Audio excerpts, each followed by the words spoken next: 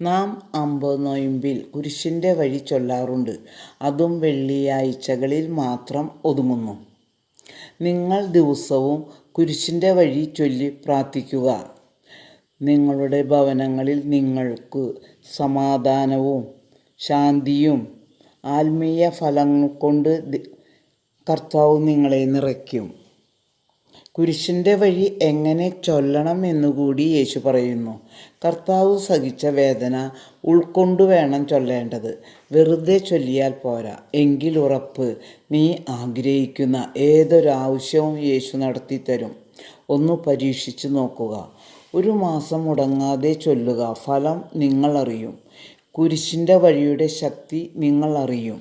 മകനെ, മകളെ, അനുഭവം കൊണ്ടാണ് പറയുന്നത്. ആവശ്യങ്ങൾക്ക് വേണ്ടി മാത്രം ചൊല്ലാതെ നമുക്ക് ദിവസവും കുരിശിൻ്റെ വഴി ചൊല്ലി അനുഗ്രഹം പ്രാപിക്കാം. അവിടുത്തെ വേദനയുടെ കാഠിന്യം കുറയ്ക്കാം.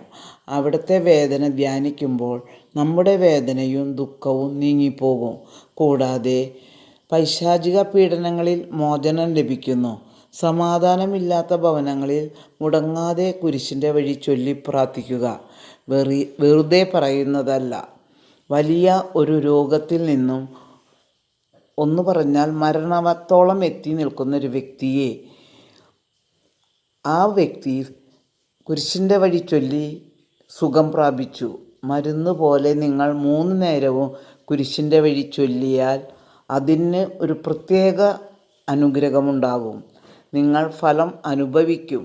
വിശ്വാസത്തോടെ, ഭയഭക്തിയോടെ നമ്മുടെ നാഥൻ്റെ വേദന ധ്യാനിക്കാം. ആമേൻ.